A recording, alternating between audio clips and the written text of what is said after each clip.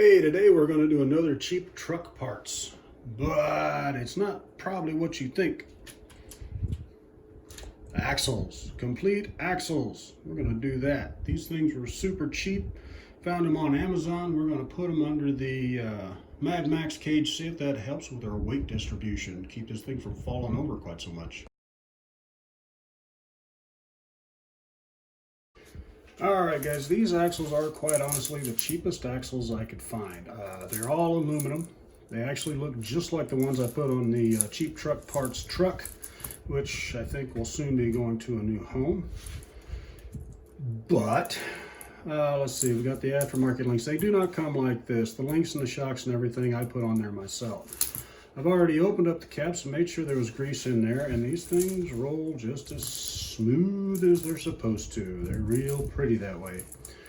Anyway, these things are considerably heavier than the stock axles, and I'm going to put, I think these El Cheapo shocks on there as well. They look kind of neat and all that stuff. They're internally sprung, so we'll see how well that works. And of course the metal links from PMM Racing. I'm not even sure that's how they're listed on Amazon, but they also came from Amazon. These are the rear link set from a 12.3 set that I just used the front links on. I had these extra links laying around. I'll get that twisted around the way we want it in just a minute. I've got a little bit of a gap at the bottom. Anyway, they come with not this servo horn. It's a bright red, big, bulky monster that goes on there. It's got a carbon fiber base to the servo mount. Geez, for some reason I couldn't think of servo mount there for a minute. Anyway, the rest of it is all aluminum, which is kind of strange that they're all aluminum, which makes them super tough and super heavy, and they use a carbon fiber like board on the top of it there. You're fixing to put a great big servo on top of it. I don't know how much weight saving that's going to do for you. Of course, I'm going to be running the T-Reel front drive shaft like I am on this one already, and that'll just slide in there. I may not even change that. I may just use the one that's in there and just keep this one for a spare. I said these things are pretty smooth. I've seen people complain about the way they hit on the inside, but realistically you're going to have to limit your steering dual rate for these anyway, just to make sure that everything comes out the way you want it. The axles that are underneath the Mad Max cage currently are basically just stock plastic units. You can't remember exactly which one's which, but either way, this one is the original from my original deadbolt, and this one, monkey, I can't even remember where this one came from, but I'm going to change all of that out. Probably, like I said, I'll probably leave the drive shafts that are in it just to save the hassle and get all of this stuff transferred over. I think I am going to change the servo out. I may just leave this together as a complete front axle and just use the links. Anyway, let's get them swapped out, because you guys know this thing rolls over at the drop of a hat. It's really top heavy. We're going to find out if this helps or hurts on the rocks.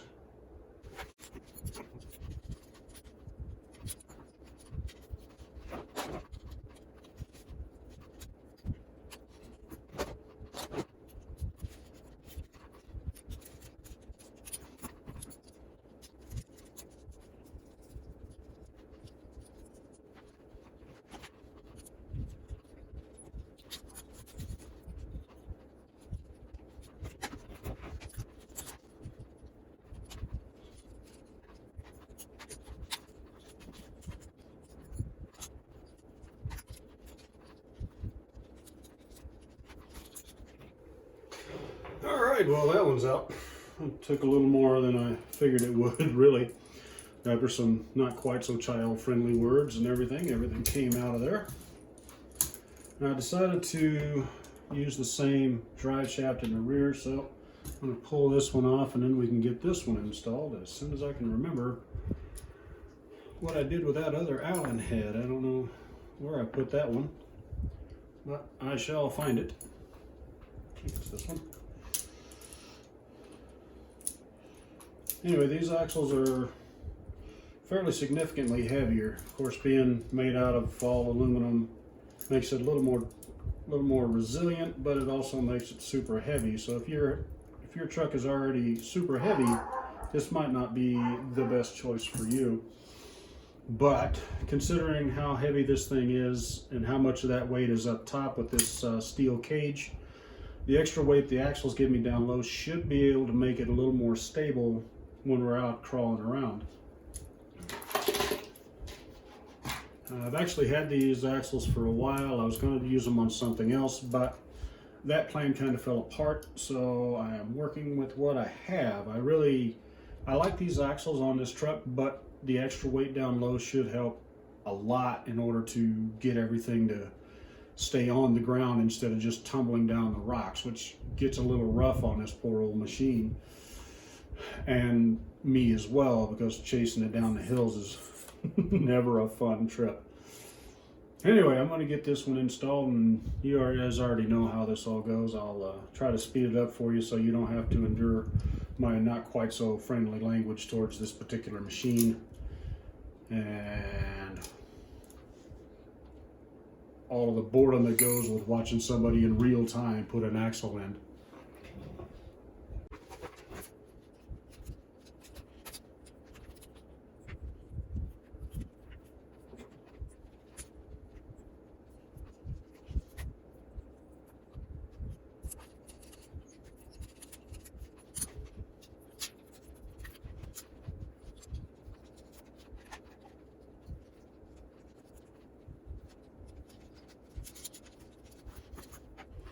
Alright, we got that side in. Now the drive shaft, you can see, is pulled out just a touch more than normal on the other one. We got, I think, just a little bit more clearance in the rear, but with this heavier rig, shouldn't be a problem. Of course, anytime you do this, when you change up this much stuff in the back, make sure that your drive line is not going to be in a severe bind when you do these things. My pinion angle isn't horrible, it's kind of in line with where I'm going. And my drive shaft is turning nice and free, even at full compression. It's just fine. It's actually happier at full compression. These shocks were fairly cheap. They're internally sprung, so they're a little wobblier than I would expect, but they seem to hold their oil pretty well. Of course, these two are loose. I'll have to check the other two before I go into it. Anyway, that's everything on the rear. I'm going to change out the front. The front really isn't going to change that much. I don't think I've got a lot more maneuverability on my shock position in the front than I do in the rear, because with all of this stuff mounted back here in the back, it gets a little fiddly trying to get in there to try to put the nuts back on the mounting points back there. I thought about running them from the inside, but then if I change shocks or change positions, I'd have to take the whole thing apart again, so this just worked out better. Alright, I'm not going to make you guys watch me change the front shaft, so I'll be right back in a minute. We should have everything put together. Alright, well, that's that. I got everything put back together. It was a little more of an ordeal than I thought it was going to be, because my front drive shaft, with these shocks in there, once you got to a certain point, it just binds up. It won't turn, and if you try to use it like that, you're going to end up breaking those pins, and you're going to break your drive shaft and end your day. I was also going to change the servo, but as I do not currently have a servo free, we're using the original one that was in it. This is actually the original servo that came out of my deadbolt, which surprisingly is still working like a champ. Now, this actually, once you get everything in there with these longer shocks, I definitely had to change the drive shafts, because the standard style of drive shafts just snap pins at that angle. But that gives you a pretty fair amount of ground clearance. I'm probably going to do some, man, those things are stiffer than I thought they were. Anyway, I'm definitely going to have to do some limiting on it, because I don't want it up that high. Probably going to end up moving everything around, because there's a considerable amount of droop. And that's not really so much a bad thing as it just makes it handle a little funny for me. I'm not used to the full droop thing. It's not really one of my favorite suspension styles. So I'm going to have to do something about that. I mean, these axles are plenty strong enough. I'm going to take it out in a minute, test it on the rocks out back if I get time. Probably not. I'm probably going to have to wait till tomorrow to actually test run this thing and get some video of it, because it's already dark outside and I've got other things I have to take care of. So tomorrow will be the test run for this one. I'll probably put this all together and you guys can see it all as once, so you don't have to wait on me.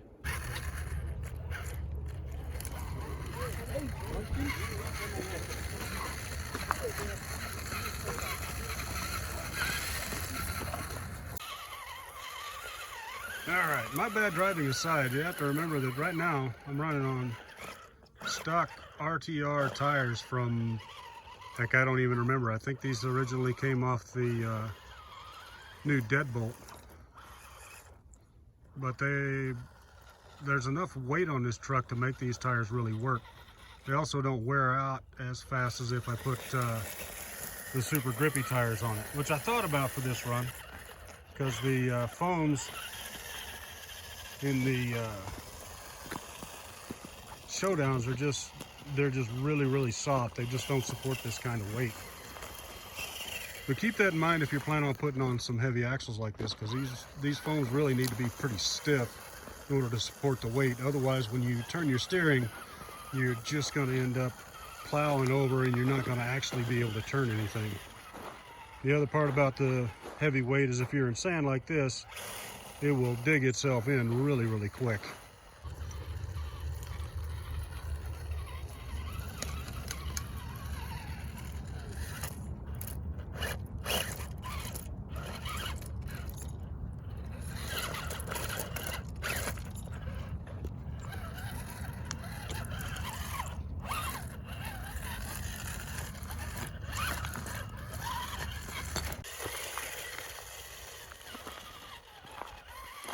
Well, we've seen this hill before, where we tested the UMG 10. You know how top heavy that was when it first went up. It actually just walked right up that. That's pretty impressive. Downhill is a little more difficult with all this weight, because this thing does weigh a lot compared to my other crawlers. I mean, it's by far the heaviest thing I've ever built. Now let's see what happens here. I'm also trying to baby that steering servo because it's a stock monster and I don't really want to break it out here before we really get any testing done. But that actually went right up that. That's really impressive.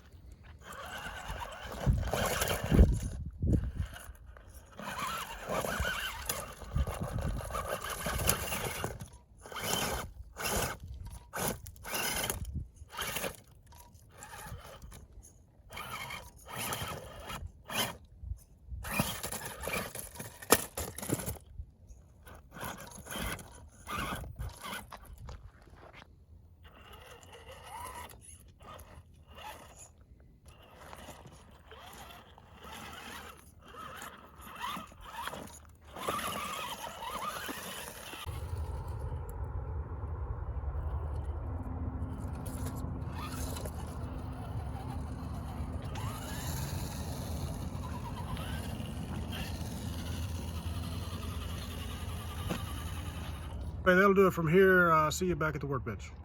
All right, guys, we made it back from the trail. These axles performed really well. I didn't have any issues with them. They didn't make any weird noises. They didn't fall apart. Of course, I didn't tighten my lug nuts enough, so the wheel's a little loose. But let's see, the only thing I forgot to do was to Loctite my servo mount. That thing is actually loose under there. I'll have to get in there and re-Loctite it, put everything back together. The axles themselves performed really well. The only thing to remember is these things, you can see all of this abuse down here on this one.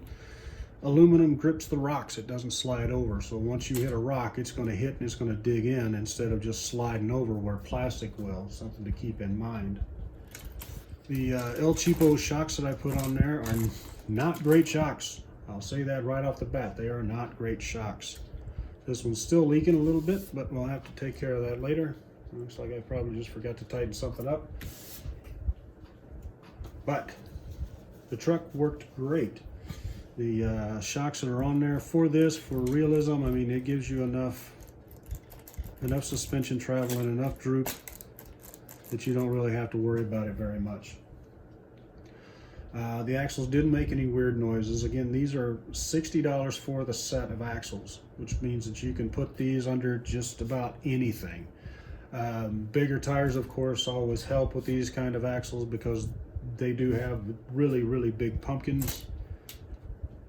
And extra tire would give you extra clearance. It's got enough for standard stuff, but if you're trying to get over a huge freaking boulder, it is going to catch on that bottom there.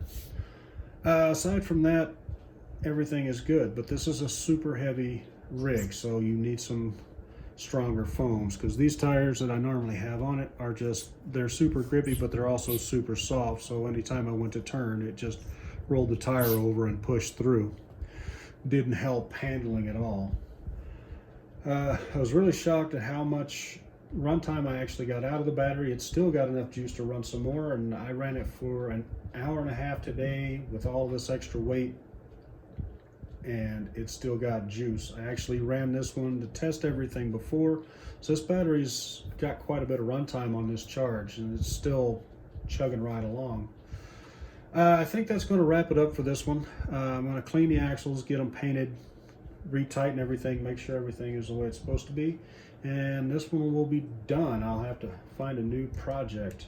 If I come up with anything else for this one, you will see it here on the channel. I'll probably throw it up on my Instagram first so you guys can see it there.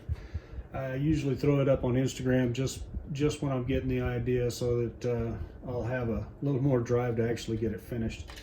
One of my chain guns got a little loose, but other than that, everything held up, and it definitely, you can see in the video that it rolled down quite a few hills, and it is still intact. Nothing came loose, nothing broke off. I'm pretty happy with that.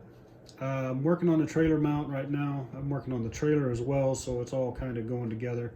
I'll eventually get my trailer mount set up to go in the servo mount holes here. That way I've got the trailer mount. I can put it out a little bit so that it doesn't try to run over the truck. All right, guys, thanks for watching. If you got any questions, leave them down below. I'll try to answer everything I can. If there's something I used on here that you don't know what it is, ask me about that too. I don't mind at all. Thanks for watching. Good luck on the trails.